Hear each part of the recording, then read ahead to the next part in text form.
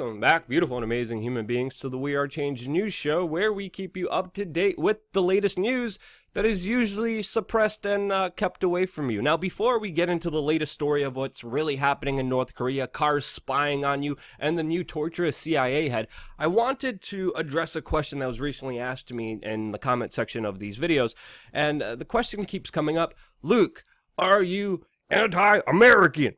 Are you anti-West? And simply, no. I love this country. I love the people of this country, and I do believe the government should be better. My core beliefs, my core principles are of freedom and peace. And historically speaking, whenever countries and states do have freedom and peace, there is prosperity. When there are tyrannical regimes, controlling governments, wars, that's when you have human suffering and poverty. Duh!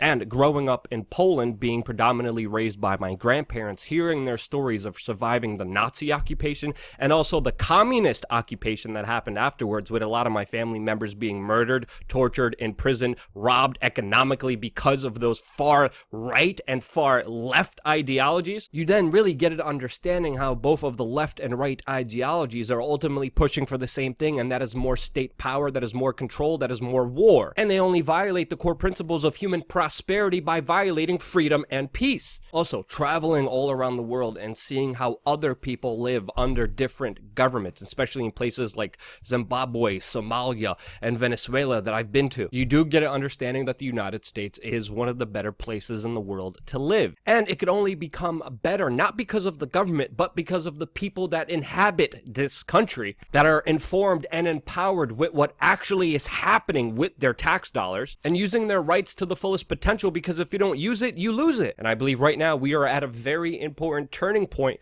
where this country could go either way. And that's why I sit here almost every single day telling you exactly what's happening to keep you informed, following the basic principles of freedom and peace, which will bring prosperity not only to the United States, but to the entire world. And sadly, there are very powerful interests out there who don't want you to know that, who of course have connections and deals with not only the mainstream media, but social media companies that of course prevent and censor a lot of these messages from even going out to you, which we've been facing head on for a very long time. And that's why it is more important than ever to speak up and raise your voices. And first of all, even just knowing exactly what is happening, identifying the problem, which I always hope to do in this and every broadcast that I do. And that's why I do what I do.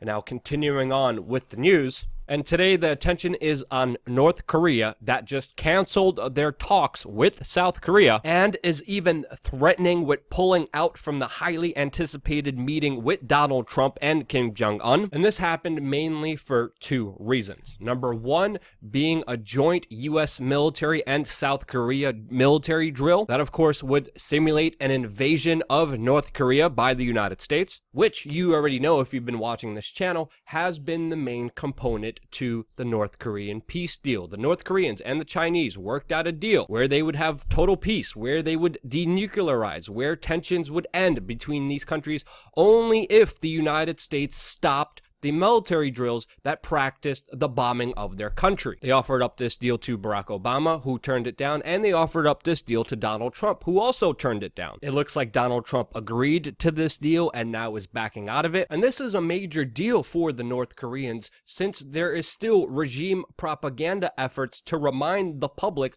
what happened in the 1950s during the US-Korean War, where the United States carpet bombed Korea and killed nearly 30% of its population just from the US bombing runs, which is a historical fact that the North Koreans will not forget about. And the second reason why they canceled the peace talks is of course because of John Bolton, Donald Trump's national security advisor, a war hawk, neocon, that publicly stated he wanted to use the Libyan model when it comes to this North Korean peace deal. Now, that's a very important statement because a few years ago, Kim Jong-un said that he will not relinquish his nuclear program because he does not want his country to end up like Libya. Muammar Gaddafi and Libya in 2004 symbolically gave up their, quote, weapons of mass destruction, which people even contest to the significance of, in a very symbolic gesture when the United States was in war with Iraq. Kim Jong-un publicly stated before he did not want to end up like Muammar Gaddafi, getting stabbed in the buttocks and killed and tortured in the streets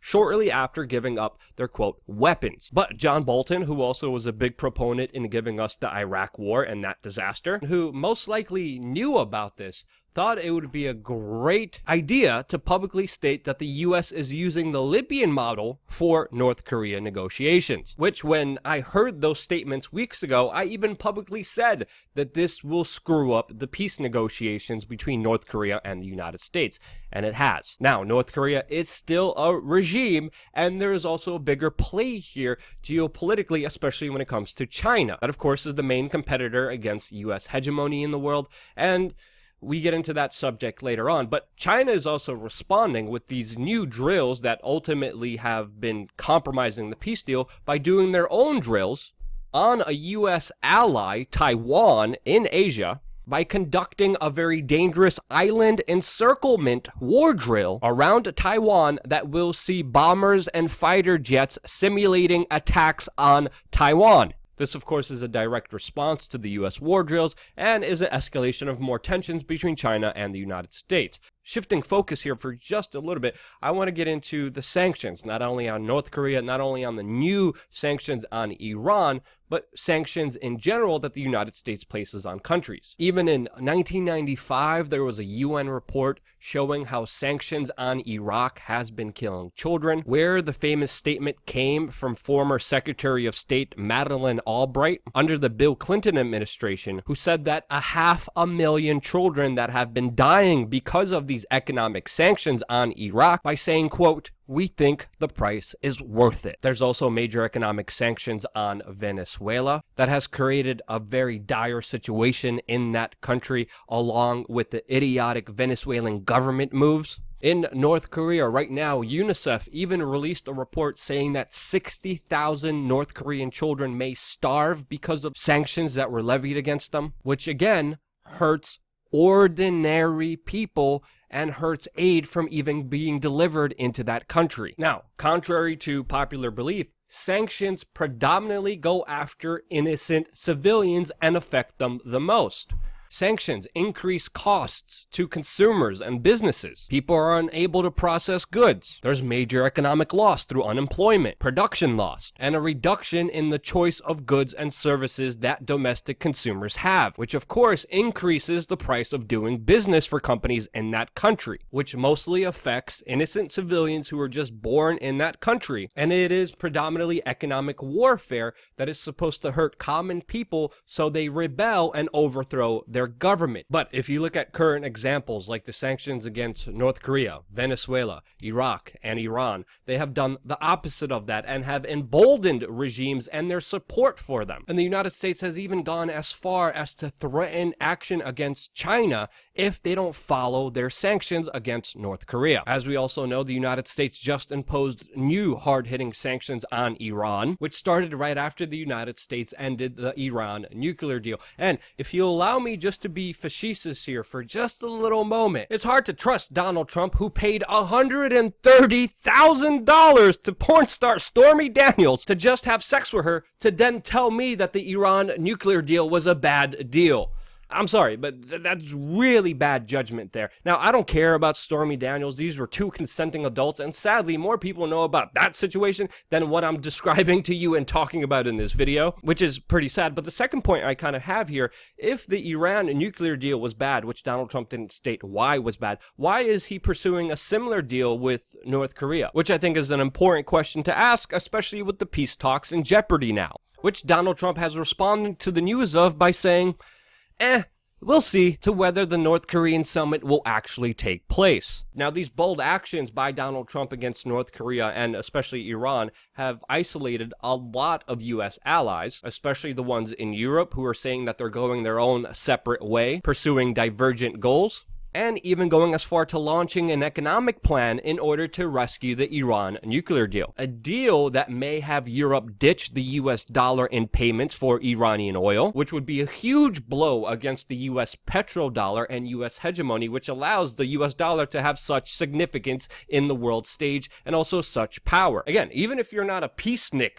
like I am, overall, this is just bad. And it's only going to get worse from here, especially since the European Council president today said with friends like Donald Trump, who needs enemies, and honestly is bringing us closer to turmoil, conflict, and more war in the Middle East, especially with his non-questioning allegiance to Israel and Saudi Arabia. And to understand the bigger picture here, it's not just his doing. It is also the doing of every single president before him that has continued very similar policies that definitely don't benefit the United States and don't benefit the world, but they do benefit a few people who do make a profit from these disastrous moves, like we're seeing in the Middle East right now, where there's a surge of buying drones and armed UAVs. The military-industrial complex stocks go up, especially when Trump withdrew from the Iran nuclear deal, but also, importantly, also went down when the first news came out of a possible North Korean peace deal. And that is because when it comes to war and aggressive military actions, there is an endless budget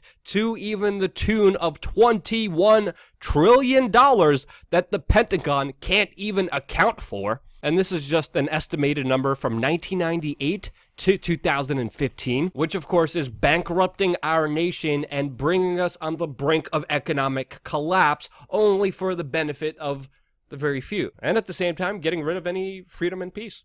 So, sorry for being the bearer of bad news, but that's happening. And it's happening under Donald Trump, and it happened before him, and it will only continue until we actually wake up to the facts of what is actually happening in this country. Now, of course, this is just one layer of a very complex geopolitical situation unfolding throughout the entire world. There's a lot of significance when it comes to the petrodollar, when it comes to China, when it comes to Russia, when it comes to the BRICS that I didn't mention in this video, which I most likely will later on this YouTube channel. But first of all, if we want a better future, a more prosperous future, a future filled with peace and freedom, it begins at home. That's the way I see it. That's why I do these videos. If you think I'm wrong, let me know in the comment section below, which of course we answer as soon as the video comes out on our YouTube channel.